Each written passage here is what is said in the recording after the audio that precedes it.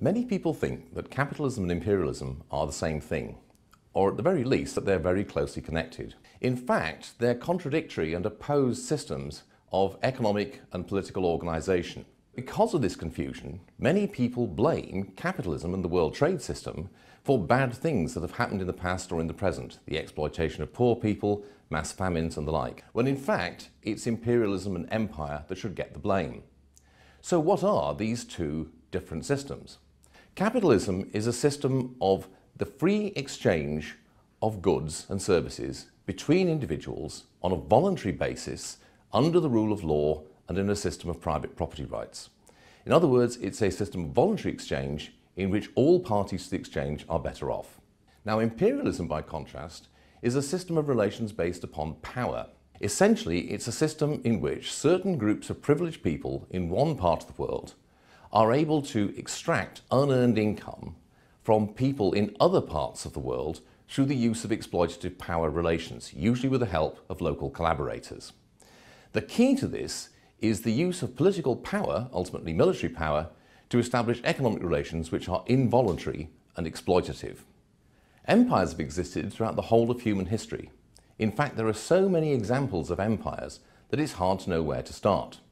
So, for example, in the early 17th century, the Dutch Republic created the Dutch East India Company. This was a way in which privileged merchants in the province of Holland in particular were able to gain monopoly rights to trade with the people of what is now Indonesia, and were able to use that and the military power of the Dutch Republic to establish exploitative and politically domineering relations over the populations of that part of the world. Later on, the English got in on the act and created their own East India Company, which for over 150 years ruthlessly exploited many of the people of the Indian subcontinent, most notably in Bengal, but elsewhere as well. Once again, you had a politically privileged group of people, backed by the military power of the state, establishing trade relations with people in another part of the world that were not voluntary and which were highly exploitative. More recently, in the Caribbean, the United Fruit Company, backed by the US federal government, was able to establish similarly exploitative relations with people in parts of Central America, such as Honduras and Guatemala. The important thing to realize is that while these were profit-making enterprises, they were not true commercial capitalist businesses in the real sense of the term. The profits that they gained were due not to free competition or voluntary cooperation with willing buyers and sellers, but the use of political power.